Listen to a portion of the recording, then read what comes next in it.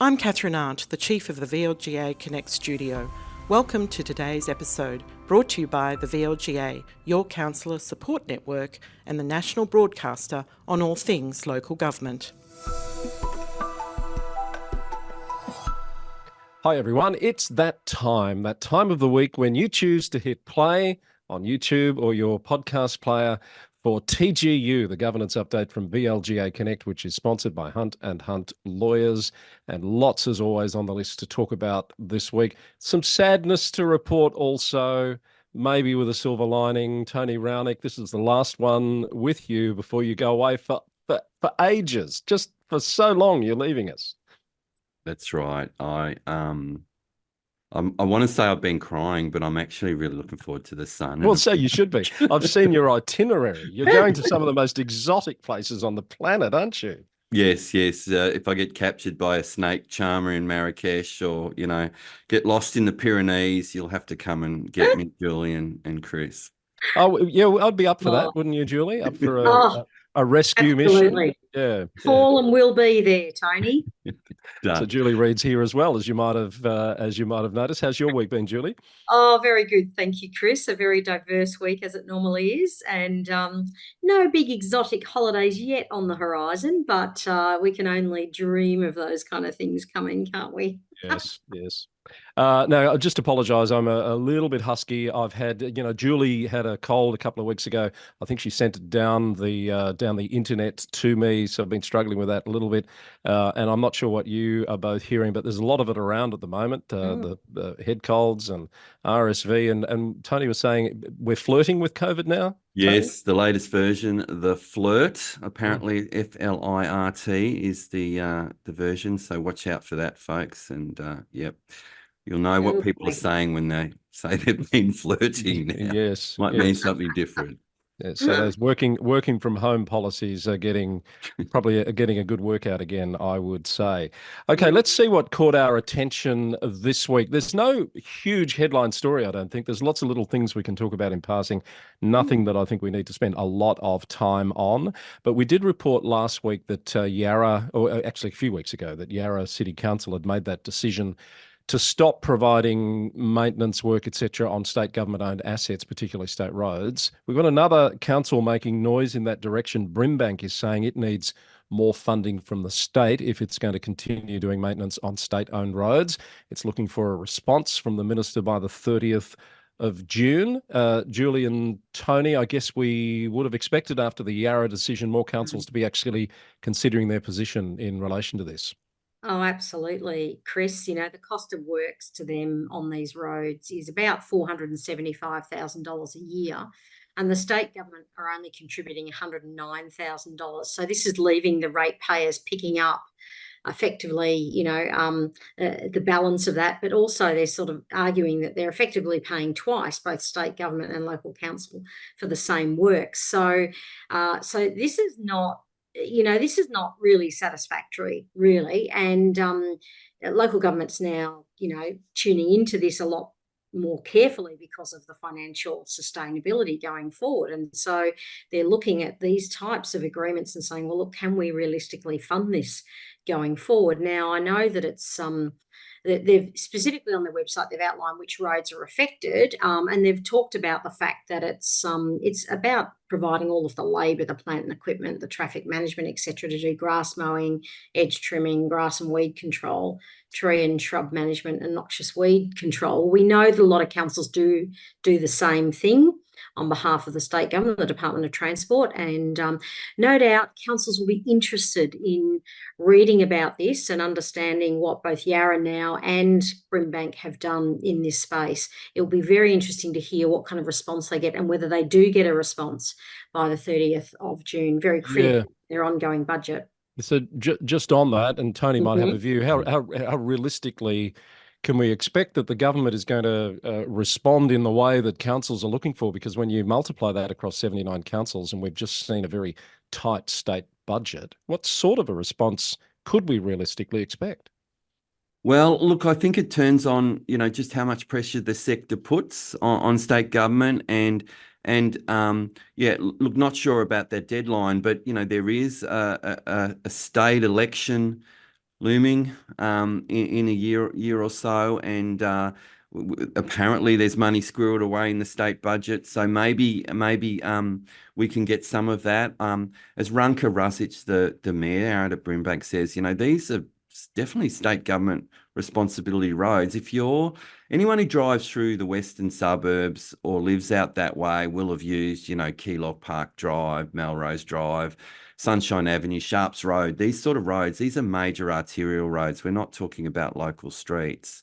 And so council's directed Fiona Blair, the CEO, to write that letter, as Julie's indicated, and on the back of some action by City of Yarra, and perhaps let's see if other councils get behind this. We've seen when there is concerted pressure, we've seen things like the school crossing program get some funding. Let's see what occurs here. So I back Brimbank here. Well done to them, and big statement by the mayor. I think it was a really strong statement. Yes, I noticed Hume City Council this month at their meeting has also passed a motion to write to the minister about the government stepping up its maintenance on its assets and removing graffiti in a more timely fashion. There was a report in the Star Weekly that said one of the councillors and some other residents had taken upon themselves to mow overgrown roundabouts. Well, that harks back to the chap in the UK we talked about last week, Julie, cleaning signs. There's obviously safety concerns that some would raise about doing that, but if the state government departments were doing that in a more proactive way, it wouldn't have been necessary. Yeah, and I think people are noticing this kind of thing. I've had a few people say to me, gee, I can't believe how bad the roadsides look at the moment, how much rubbish there is and how unkept they are. And, and they think it's all the council, which is, a testament to the fact that, local residents don't understand the difference. No, and you wouldn't expect them to when they're driving around understand that's a state road, that's a council road, etc. And I wonder whether the not using glyphosate now that a lot of councils and I assume the state government are not doing has contributed to that, because a lot of the reports from around the world are weed management is becoming so much harder because they don't have an equivalent tool to use. Yeah, and far more costly as well. Glyphosate was much more costly than any other, techniques like steam weeding or whatever, that's far more expensive. Yes. I must admit the line trimmer's been fired up at Whittlesea, and there might have been a local roundabout being attacked by a local resident recently, whose name might be in this podcast. What I think is really ironic here too is that who does that letter go to from City of Brimbank? Well, it goes to the Minister for Roads and Road Safety, and who the minister is? Same minister as the Minister for Local Government. Correct. Yeah. So we'd hope that there's a bit more understanding of the plight of local government when it's received. Yeah. Okay, we'll keep an eye on that one. The City of Melbourne has broken ground this week on the Green Line project. This is a massive transformation project that it was reported in the forward estimates of the city's budget. There's no money going forward at this point for Green Line, but there's money currently, obviously, because the project is underway. I know this is an area that you frequent, Tony. You're looking forward to seeing what these works entail? Yes, I do. I have my daily run along the Yarra, and it's just on the northern side of the river from Birrarungma to the Balti Bridge is the plan for sort of a waterfront promenade, if you like. It's very much been a councillor Sally Capp's sort of signature project that she championed, in her election campaign and throughout the time she's been mayor. There's now a $20 million contribution from federal government, and originally been intended to get $100 million from federal government, $100 million from state government. Well, what's now been announced is that the $316 million project will be funded through a diversified funding model, which is another name for, we'll get some from different levels of government. Looking for donations and philanthropists, this sort of stuff. But I've seen these works commenced. It's actually for a couple of weeks. It's been fenced off there. around Birrarungma, and look, I think it's a controversial project in terms of the cost, but I think it is the Yarra is such a jewel for Melbourne, and it's such a location that, for visitors to Melbourne, one would think that this project would get a lot of attention and use ultimately. Oh, I was going to say, and it's such an amazing opportunity from both an open space perspective, but also a placemaking perspective. We've seen some of the fantastic outcomes of the High Line in New York. And if you go back, I went there years ago to see the High Line when it was very, very new. Looking forward to going back there again later this year. But having a look at the way that that's developed and what it looks like now, in comparison to what it was, whatever 15 years ago when I saw it, or 20 years ago when I saw it, I think is an amazing opportunity for Melbourne. And I know that a lot of countries are picking up this idea because it has been so successful in New York. So great opportunity to be able to really, bring Melbourne into and use a beautiful river to be able to enhance the open space for the enjoyment of visitors as well as local people in Melbourne. Yeah. And I'm sure Lord Mayor Sally Capp happy to see that underway. It was, of course, a signature election promise from her, and to see ground being broken just before her term finishes, I'm sure is very satisfying for her. The Mayor of Moonee Valley made headlines again this week, along with state Labor members at their conference on the weekend. Pierce Tyson has accused the Melbourne Airport, of having a conflict of interest, essentially suggesting that they're holding back on progressing the airport rail link to protect their parking revenue. I thought that was a pretty controversial statement, Tony.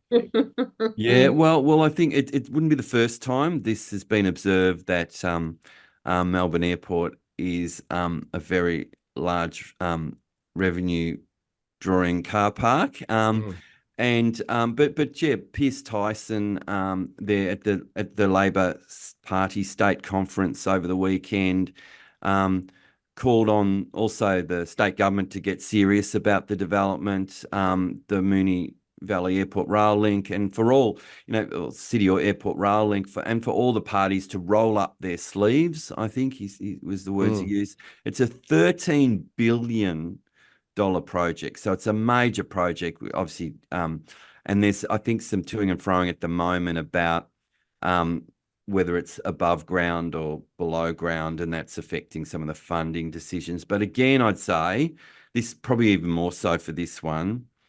I wonder whether in the lead up to a state election, the state government has plans to, unveil something.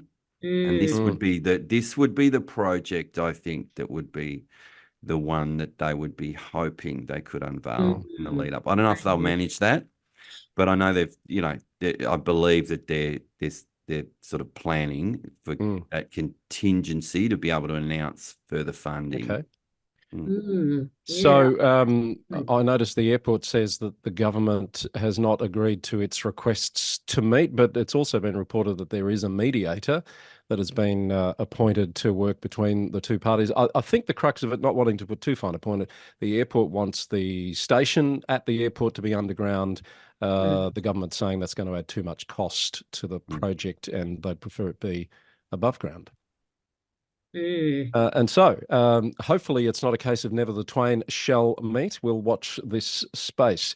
We've had a new CEO appointed at Glenelg Shire this week, Helen Havercroft. I'm not sure if I'm saying that right, whether it's Havercroft or Havercroft. Helen came from the UK a couple of years ago, I understand, to take up a director role at Alpine. She's had some very interesting postings in her resume, Julie.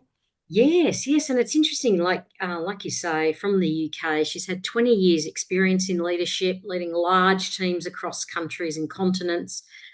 She graduated from Nottingham University. She's actually got a background in geography and archaeology, which is Right. interesting. But she also trained as a tax inspector at HM Revenue and Customs, the UK tax office. So, handy skills to have. And then she's obviously moved over here to the Alpine role, and now moving into this. She did work for local government as well. I believe she was the CEO of the government of South Georgia, and South Sandwich Islands in UK overseas territory in the South Atlantic. So the role that she held for 3 years. So she's had a really diverse career, and she's obviously relocated her family here from the UK, and is obviously enjoying it. And what a great addition to Glenelg. With that kind of experience and diversity, would no doubt be really great in that role. So we wish Helen really well for that. I believe she's starting her role on the 29th of July, Chris. And another female CEO in the mix, which is good news, Julie. I think we've talked recently about how those numbers had dwindled a little bit. I do talk about that with Ruth McGowan, OAM, and Kerry Wilson on a new edition of Roundup Unfiltered, which is coming for all listeners next week from the Local Government News Roundup. While I'm on that, and congratulations, yes, to Helen on the role there at Glenelg. She'll be relieving Craig Neiman, who's been filling in for what will be an 8-week period. Ruth tells me for that interview that complaint that she sent to the Press Council about the cartoon depicting Fiona Weigel, the newly appointed CEO at East Gippsland Shire, in an apron with a broom, etc., that complaint's gone nowhere. The Press Council said it's not going to entertain it. It doesn't meet its definition of offensive material or something to that effect. You can hear Ruth tell us more about that on the roundup next week. But are you surprised by that ruling, Tony? Don't think so. No, I'm not surprised at all. Yeah. So that's an update for you. Strathbogie this week has announced its interim CEO. As we've reported earlier, Julie Salomon is leaving, I think, the first week of July there. That's the council that's under administration with Peter Stevenson until the elections in October. So Tim's going to hold the reins through the election period and the induction of a new council for about a 12-month period until I assume the new council makes the call on its next CEO. Yeah, and that's really great because that's going to give Strathbogie that stability over that 12 months, because Tim's going to come in with lots of experience, and he's worked in those rural communities before. He'll be in a really good space, I think, to do some really good work in that time. I believe Julie is leaving on the 4th of July, and she's going to go and do a bit of travel and rest and recuperate from what's been a pretty intense job for her in her time there. So no doubt well-deserved break for Julie. And then, who knows what's gonna play out for Julie in the future. Yes. But Tim will be great. He's done these interim gigs before.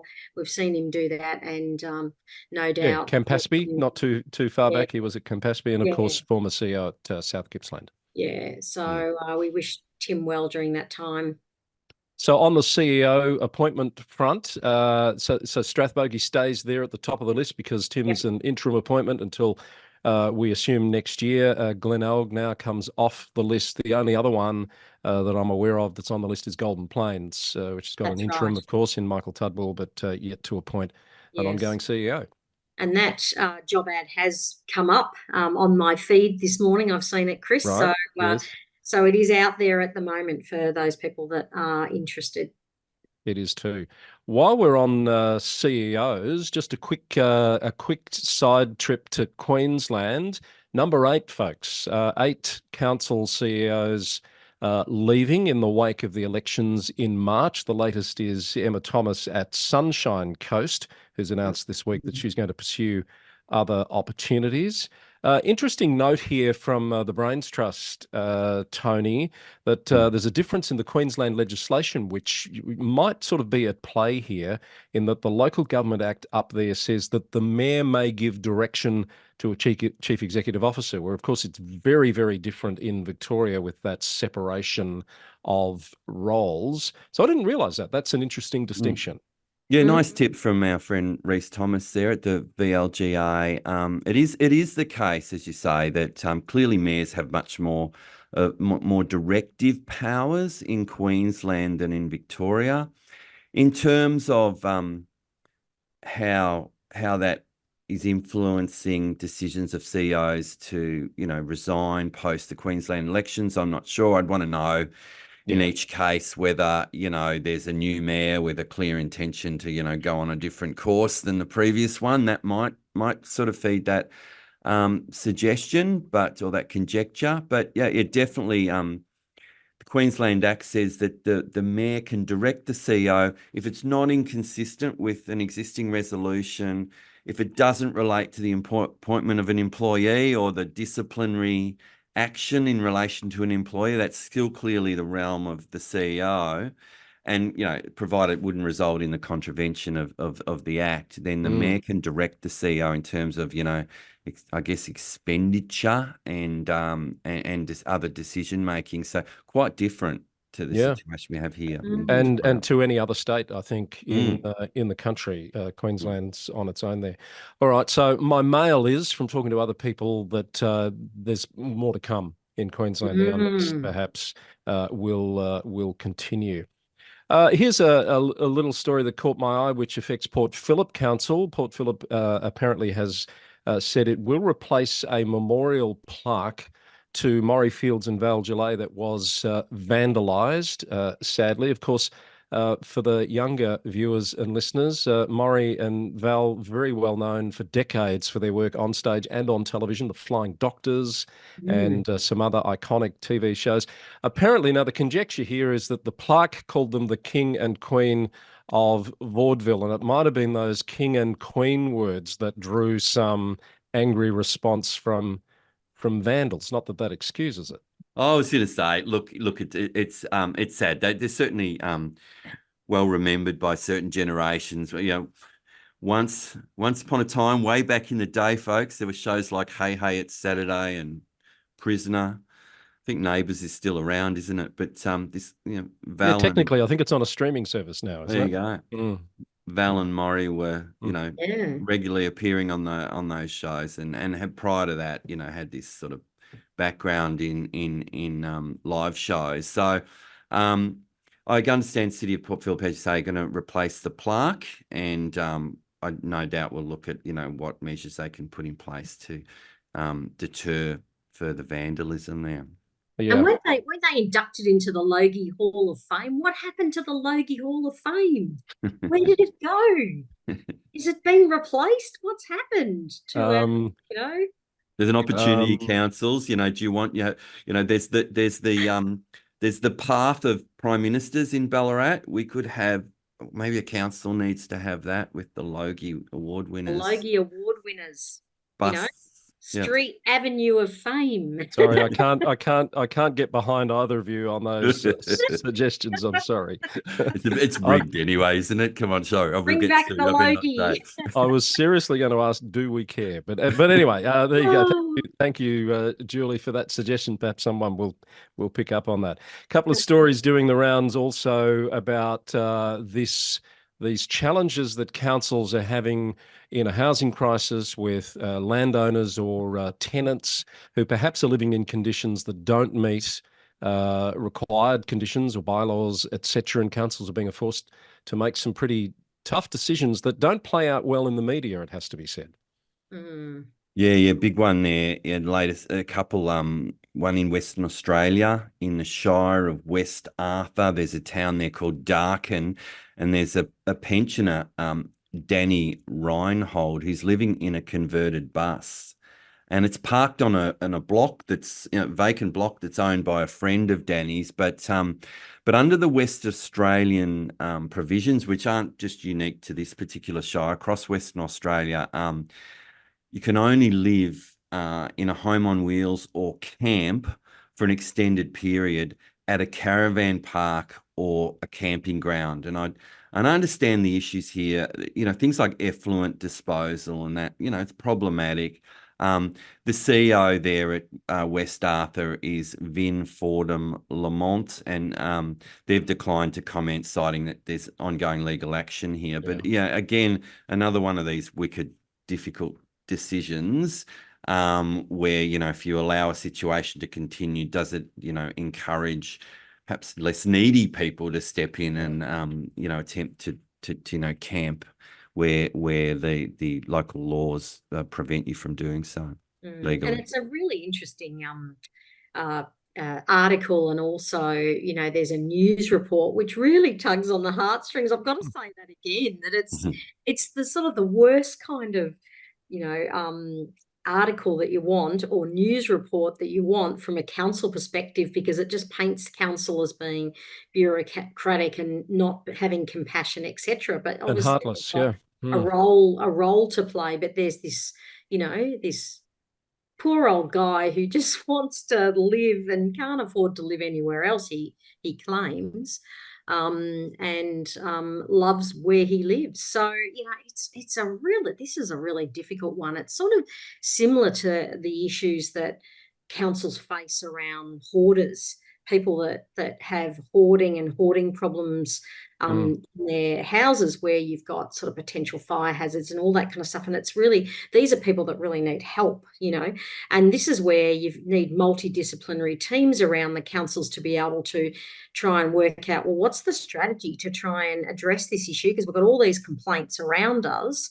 And how do we address that in a compassionate way with someone who really needs help, so the compassion in all of this is really important. And it's it's a shame that they didn't, that the council didn't comment, at least to sort of make some kind of compassionate statement or something. That's, I think, what I would have done. I guess their concern is that anything they say might potentially be used in that those legal proceedings. But I think that's really well put, Julie. I haven't heard an update from Mount Alexander. I think it was Mount Alexander Shire last week. We reported on the people living in a caravan, was it, or in a tent, weren't they? They were effectively camping. Yeah. There was a follow-up story that said, I think compassionate discussions were ongoing there. So I'm not sure what the latest is. Either of you haven't heard? No. All right. Perhaps someone can update us on that. So that's been in the news. Some councils in New South Wales in the news are unhappy about a new levy that's being imposed by the New South Wales state government. They're calling it a death tax. This is a tax on interments at cemeteries that are run by councils, and it's being held up by some mayors as another example of insidious cost shifting, Tony. Yeah, from the 1st of July this year, the new state government levy will be, $41 for cremation, $63 for ashes interment, $156 for burial. And of course, councils are going to be forced to pass this on to families. So it's been lambasted, particularly by regional councils. I think the Country Mayors Association Deputy Chair, a fellow called Rick Furman, says, ultimately it's the families who will suffer. Cash-strapped councils can't absorb the cost because councils operating, funding their local cemeteries. The Griffith Mayor, Councillor Doug Curran, has come out and said, look, it's just another example of the cost shift that we're seeing, and I think absolutely right. Yeah, it's a shame to see that. So we'll see whether that advocacy pays any dividends for those councils. Also, looking into state, we've had the news this week from the federal government that the Roads to Recovery program is being increased progressively to $1 billion annually. They've allocated $4.4 billion over the next 5 years, and a few stories doing the rounds on how much that is needed in parts of the country. Up in Walgett, which is in New South Wales, the pothole situation on a couple of particular well-travelled roads has gotten to the point where the council's had to close off sections of road. That's right. It's some real issues up there. Roads, potholes threatening to cause road collapses if the traffic continues to utilise those roads. And in Lightning Ridge in Walgett Shire, problems not caused by traffic, but by opal mining Mm. undermining the road. In fact, creating these very large sort of cavern-like cavity structures underground. And according to the director of infrastructure there at Walgett Shire, that's Kazi Mahmood, one cavity's 350 cubic meters. So you can imagine Wow. the very large hole that might occur if there was a collapse there. So obviously some real concerns. Chris and Julie, this Roads to Recovery program is one of the most enduring, successful programs. I remember it when it came in, I think under John Howard in 2001. It's not as old as the financial assistance grants Oh. that were in from the 70s, I think under the Whitlam government. But this is one of those programs that gives funding directly to local government, like the FAGs, and it's a really positive program. And seeing this announcement to increase funding, I think Victoria over the current 5-year period is supposed to get 353 million. The plan is to turn that into 895 million. So that's quite a very significant impact that'll have on the state of our roads, and can't come soon enough. If you drive in regional Victoria, you'll know that. And I know, Chris, the New South Wales are getting the biggest cut. They're receiving 1.2 billion over 5 years, an increase of 461 million. We know that in New South Wales, the roads are in pretty poor condition. So I think this kind of reflects where the roads are in different states. I've been told recently, someone who's travelled out to South Australia in the outback of South Australia said that the roads seem to be in much better condition out there than what they are in New South Wales and Victoria. So Is that right? reflecting that South Australia gets a smaller cut, receives 395 million over 5 years, but I it's do still notice. 153 million. Yeah. Yeah, I do notice that Victorian and Queensland councils are getting the same amount over 5 Yes. years of $895 million. So I'm not sure what the formula is for working that out, because you would think, I'm certainly not suggesting that Victoria should get less, but Queensland would have a lot more in terms of distance of roads needing to be maintained, surely. Yeah, well, they actually look at factors such as population and road length. So that would actually suggest that what you're saying is correct, in that, why are they getting the same when Queensland would probably have, I don't know, maybe more road length than Victoria. I'm not too sure. Interesting. But anyway, yeah, it is interesting. But obviously, population plays a key role in that. Whether they counterbalance each other with population being much higher here than in Queensland, I don't know. Yeah.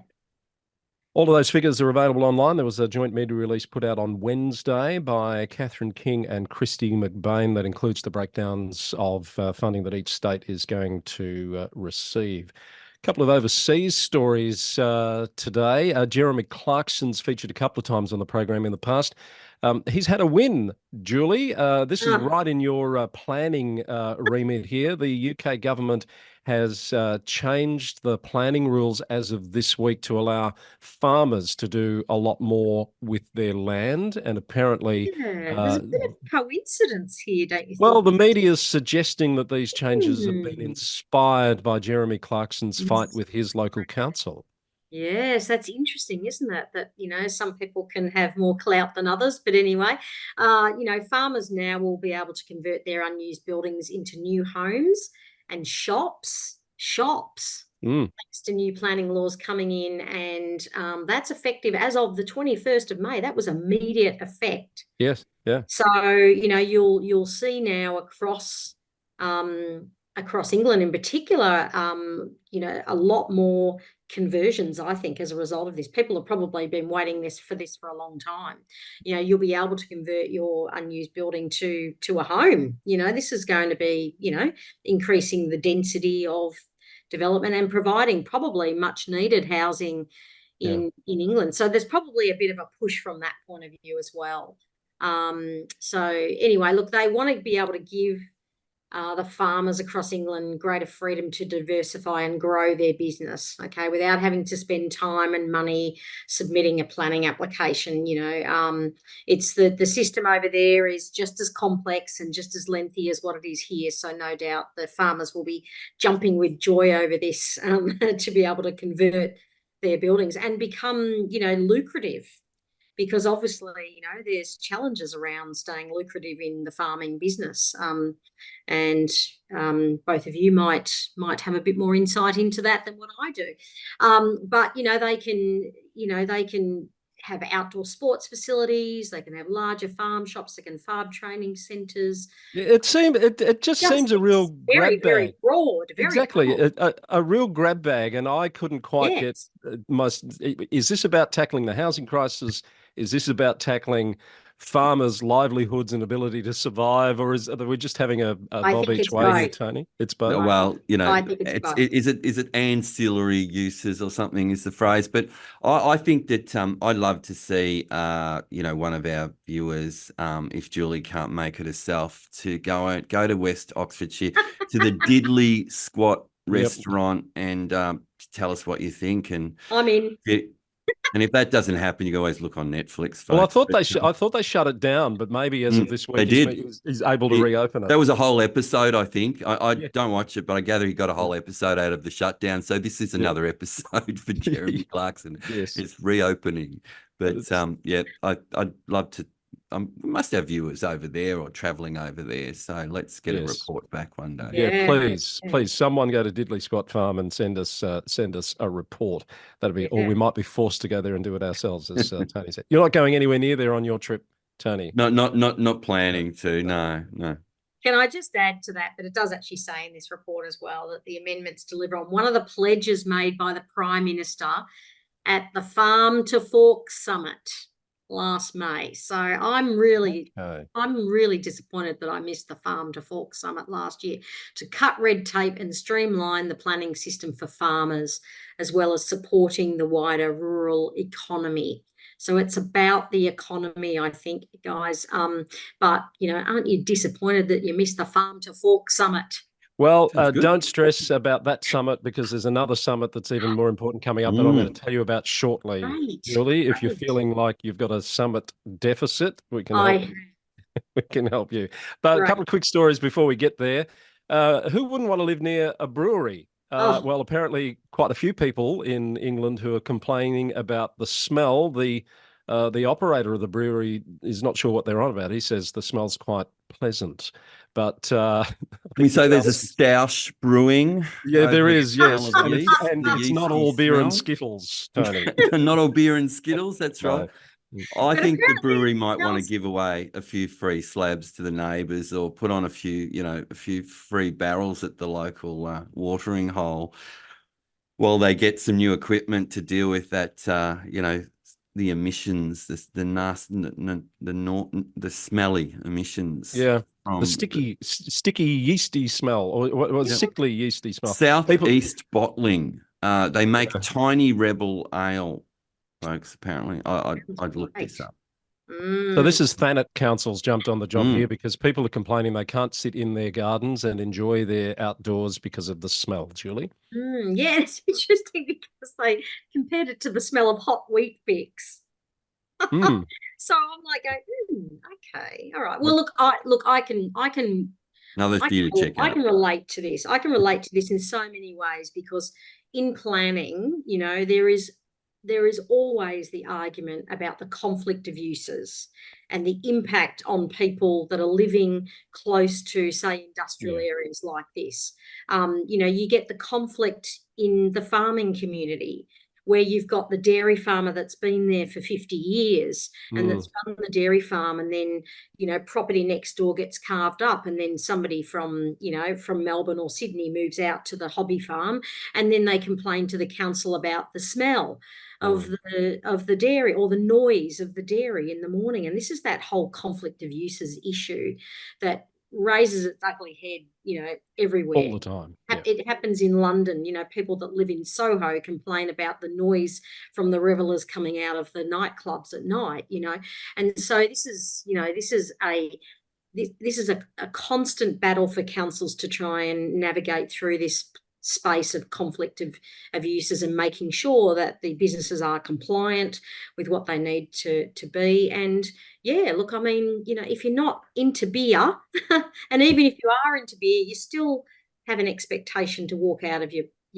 property and smell fresh air, not smelling, sticky hot Weetabix, and sticky, smelly sort of, yeast or whatever. There are certain rights that you have, I suppose, but this is this really difficult argument, Chris and Tony. It's Well, it becomes, and I know as a council, it becomes, what was there first sometimes, and is it a legal use? And I had this with a piggery outside Diamond Creek when I was a councillor, and obviously very, terrible smells, but people had subsequently built houses around the piggery, and ultimately we did, a site-specific planning scheme amendment to get that land rezoned to residential. The owner made some money.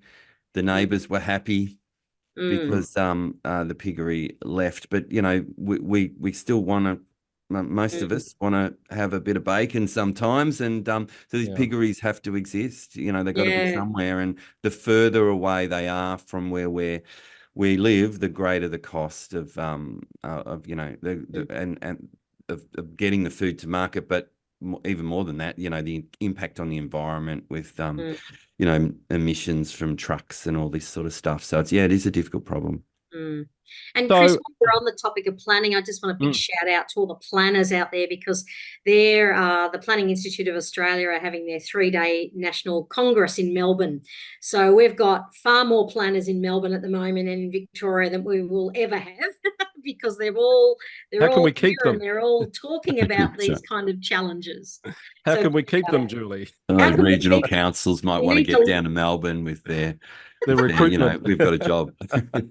That's right. The recruitment drive on, and you better get in quick because I think it finishes today. So right, okay. So by the time anybody sees or hear this, I'm sure they've gone. Quick That's update on a recent story: the apostrophe is back. The hyphen and the ampersand are also protected.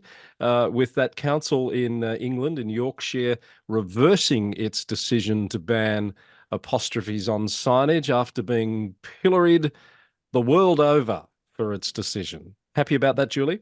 Yeah, I think so. I don't know. I don't know where I sat with this one. I can't remember whether I agreed with it or not, but I think that when you get that controversial sort of decision and people push back on it, I think it's a really good decision for the council to retract something like that they know is really going to upset the community severely.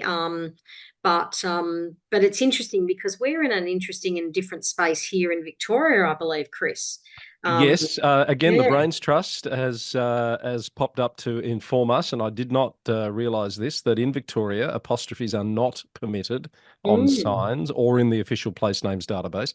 But I think the issue at North Yorkshire was, removing something that had been in place, whereas the rules, I think, here are pretty clear, and we don't have any anyway, Tony. Yeah, so I think the rules here are about making it easier for emergency services to find their way to your property, and if you put the apostrophe in the wrong place when you name it, or someone does, they might get lost with their sat nav.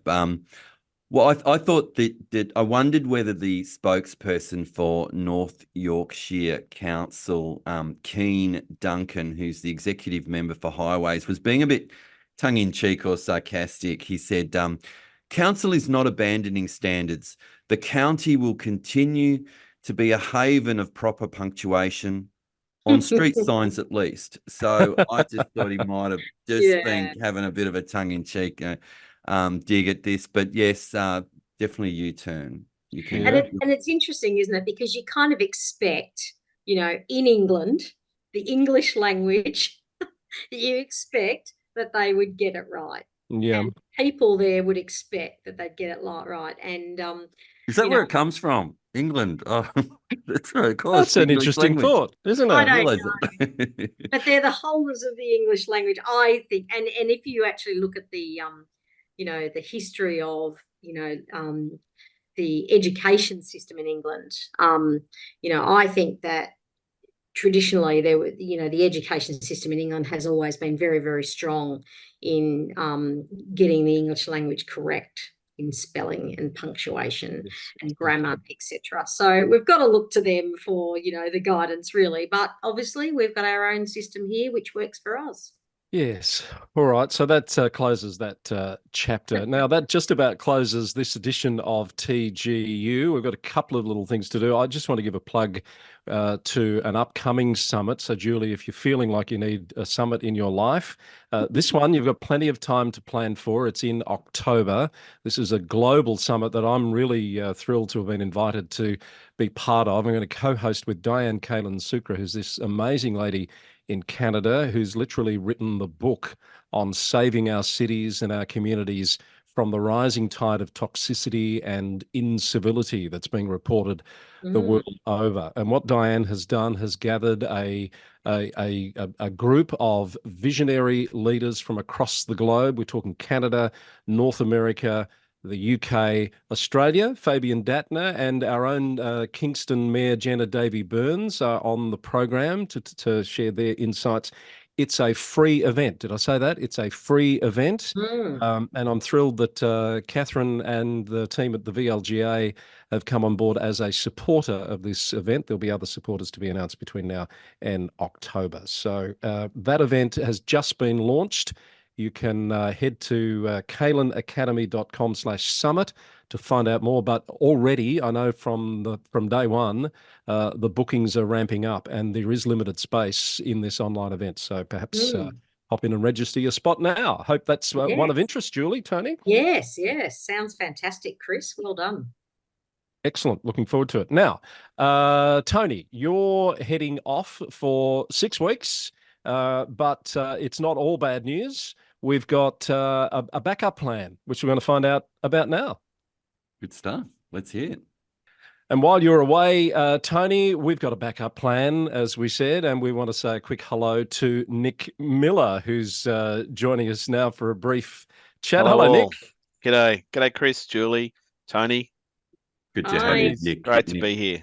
Tony's camera's already packed up and ready to go on holiday. I know, my camera's on the way out the door, folks. So sorry for the nightmares with the real close up here, but Nick will be an awesome addition to the team. He's my business partner, very smart, experienced lawyer. But Nick still have over the years done a bit of work for local government as well, which is great experience. Yeah, I have, Tony. I joined Hunt about 10 years ago, and I've done quite a bit of work in the local government space since then, across a range of councils, from big city councils to smaller suburban, and indeed some of the regional and more remote ones. So happy to be joining the team, and hope I'll fill your big shoes, Tony. And Nick, you'll get to graduate from your back corner of the office there into the studio, which isn't big enough apparently for the two of you. But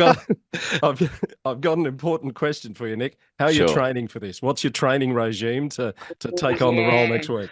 Well, Tony gave me a briefing about even 3 or 4 months ago, just to get my head into the space. So he knows me well enough to know that preparation's everything. And I've been doing a bit of a dry run. And I've got some of the team here helping me out. Excellent. So I see that I'm going to have to sign up to a Gmail account, which is a bit of a pain, Chris, but I'll manage that. One more password. But no, looking forward to it. And tuning my eyes into the stuff that you're following. I've watched a number of the podcasts, and it's a terrific stuff. So I'm hoping I can make a contribution.